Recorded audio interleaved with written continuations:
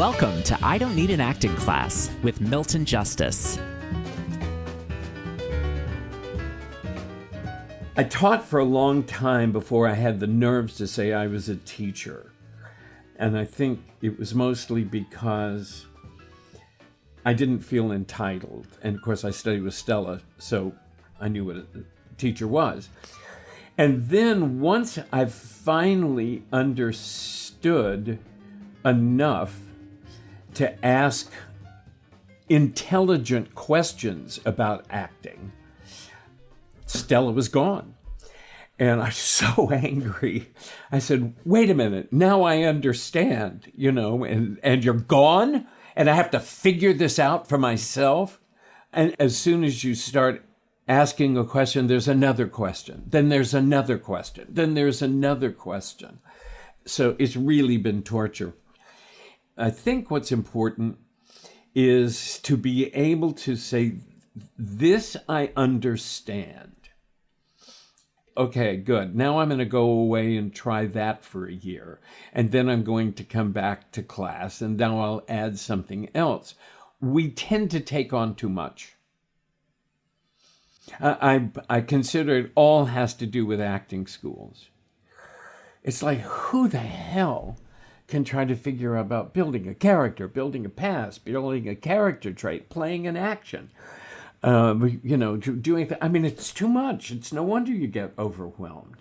Another thing is that I would say Diego was talking about sports, and I really do honestly think, and I've said this for any of you that listen to the podcast, I say this all the time, that we really do need to approach acting more like sports. We need to be able to figure out what is it I can do every day. And in the second part of the class, we'll do some technique exercises. And a lot of them are just things you can do every day. It's difficult. It's difficult for us to realize that we can work on our acting when we're not auditioning. Even when I coach people for auditions, it's not like teaching an acting class. It's different because we're going for a result. And so that's a totally different thing. One of my best friends is an actress named Margot Martindale, and I always laugh at the fact that Margot coached me for a part that I auditioned for 35 years ago. And it was so interesting because I was at her house for New Year's over the weekend.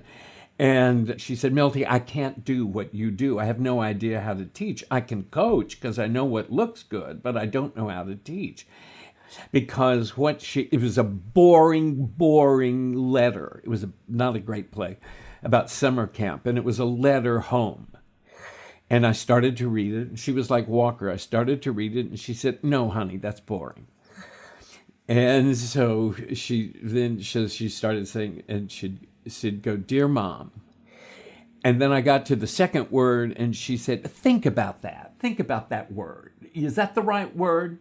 And so all of a sudden, it's like this boring letter came to life.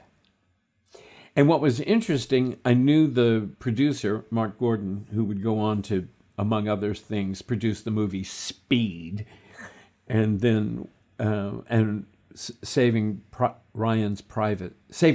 Ryan. But Mark called me, and he said to me, he said, I'm not casting you, you're too old. And I said, at the time I was like 31, and I said, what do you mean? I can't play a 16-year-old? I was totally deluded. He said, but I just want you to know you are the only person who auditioned that made the letter interesting.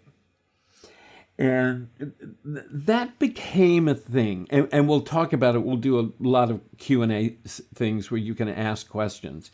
But having made a boring letter interesting taught me how to look at a page of badly written sides and find something interesting in them.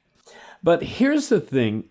There is an approach to text that is very specific and very helpful.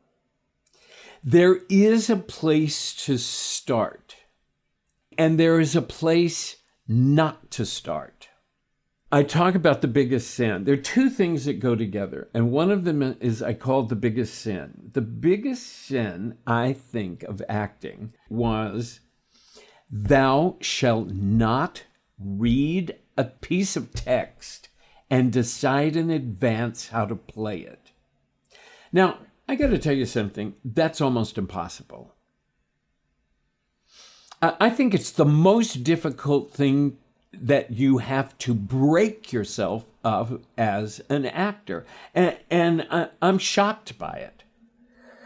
And I'm shocked by it from actors who've been with me. Greg and Caleb were over because they're doing some scene study showcase. And I was overhearing them. I made them choose the scene themselves. Something happened, by the way. I just have to tell you something.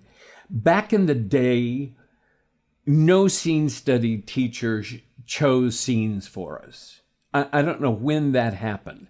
Suddenly, actors expect a scene study teacher to hand them a scene. I don't know when that happened, that people stopped reading scripts. So at any rate, that's just a thing of mine. But at any rate, I made them find it, and I overheard them reading the scene in the other room.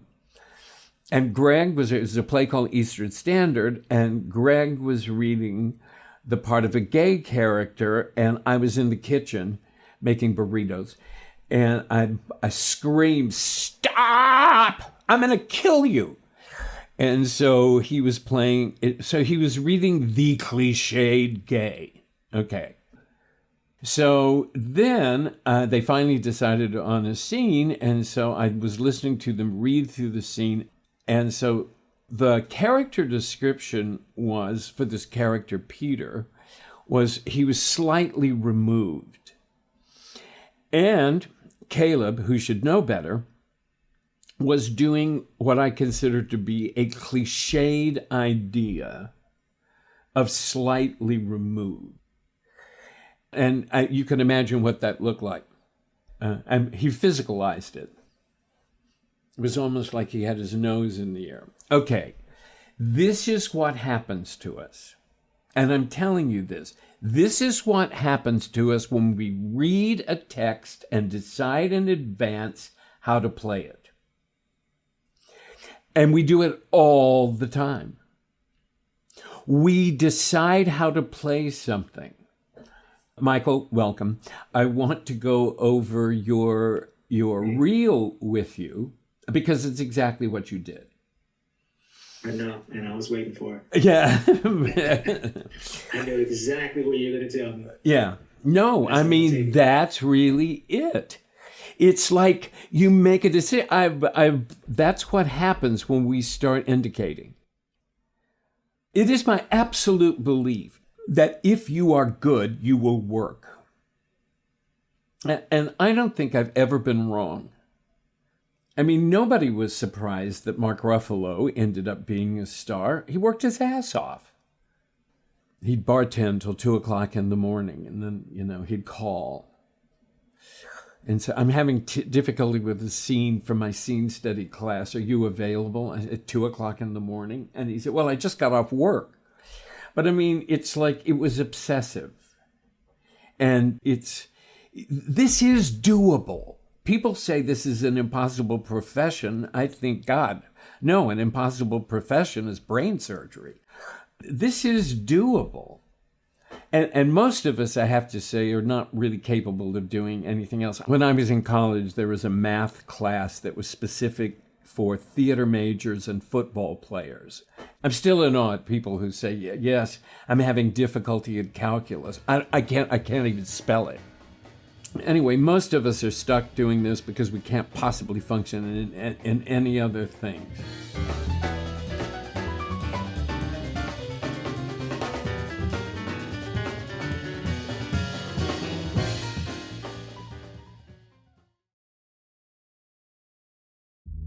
Build a routine with Ollie that supports your wellness needs.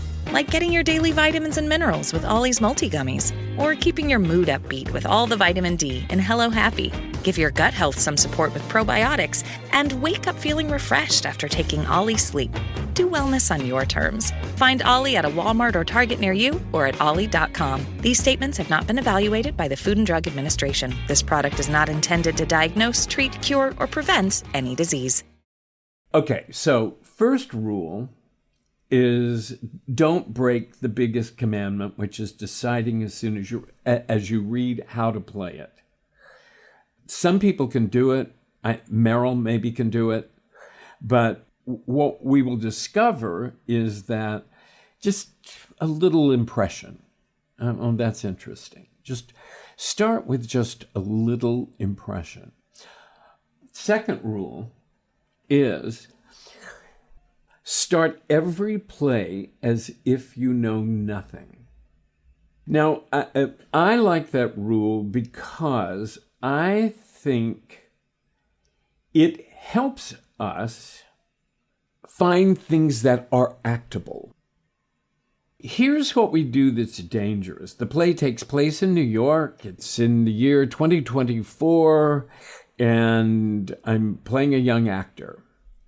And so your immediate thought is, oh, home free. It is 2024. I do live in New York, and I am a young actor.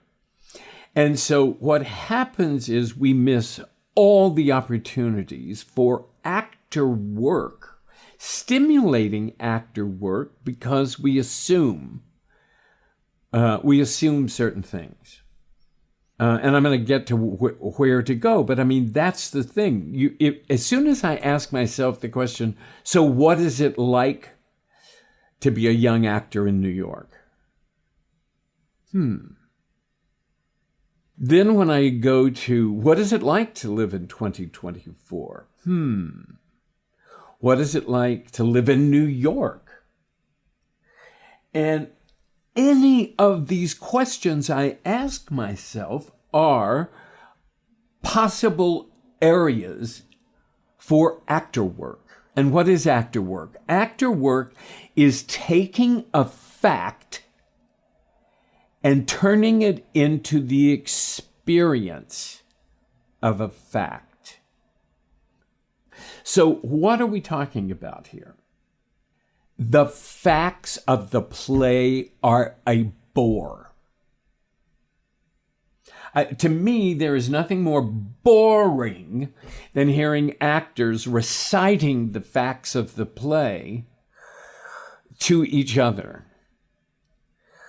Yes, well, I think it takes place in the 1950s, and it takes, you can just hear this rattling. And it is a repetition of facts. So if I keep in the back of my mind, there are countless facts in a play. I don't think you can ever get all the facts in a play. But the countless facts in a play all have to be turned into the experience of the facts. Now, all of you, I coached Ryan on a TV series he was shooting in Texas. And so the facts of his part were all difficult and all alien to Ryan. It's like none of it was anything like him. And so it was specific what we could work on. And even his relationships were nothing that either one of us had ever thought about. JP isn't in class. JP had an audition he put on tape yesterday for to play a psychologist at the Nuremberg trials. Well, this is like fabulous. I mean, because you're digging and he was based on a real person. So now we could look at YouTube interviews with the guy when he was old. We could do research on Nuremberg. We could do on the trials.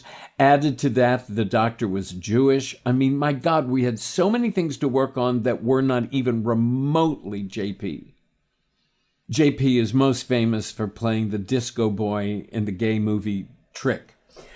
And he became sort of a gay icon, mostly because of his butt, I have to say. But so now he's older, and so now he's playing older parts.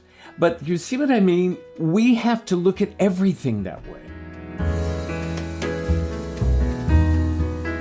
Hi, everybody. Thanks for listening.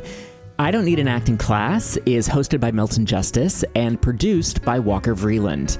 If you want more of the show, sign up for our bonus content on Spotify. You will get all the exclusive stuff, video episodes, plus our entire back catalog of bonus episodes. It all becomes available to you when you sign up for our subscription for just $3.99 a month. Also, check out our website, idon'tneedanactingclass.com. Read more about the podcast, order the book, and of course, get all the latest news about upcoming classes. Just a great way to stay in the loop about everything that we're doing. If you have an acting question or concern, Milton loves to hear from you. Just email him at questionsformilton@gmail.com. It will come to me first, and then I will forward it on to him. And that's it. Have a wonderful week. If you're somewhere that's freezing cold, I hope you're staying warm. And if you're somewhere that's warm, you. I'm just kidding. I loved going to Los Angeles in December. I need to get back there as soon as possible.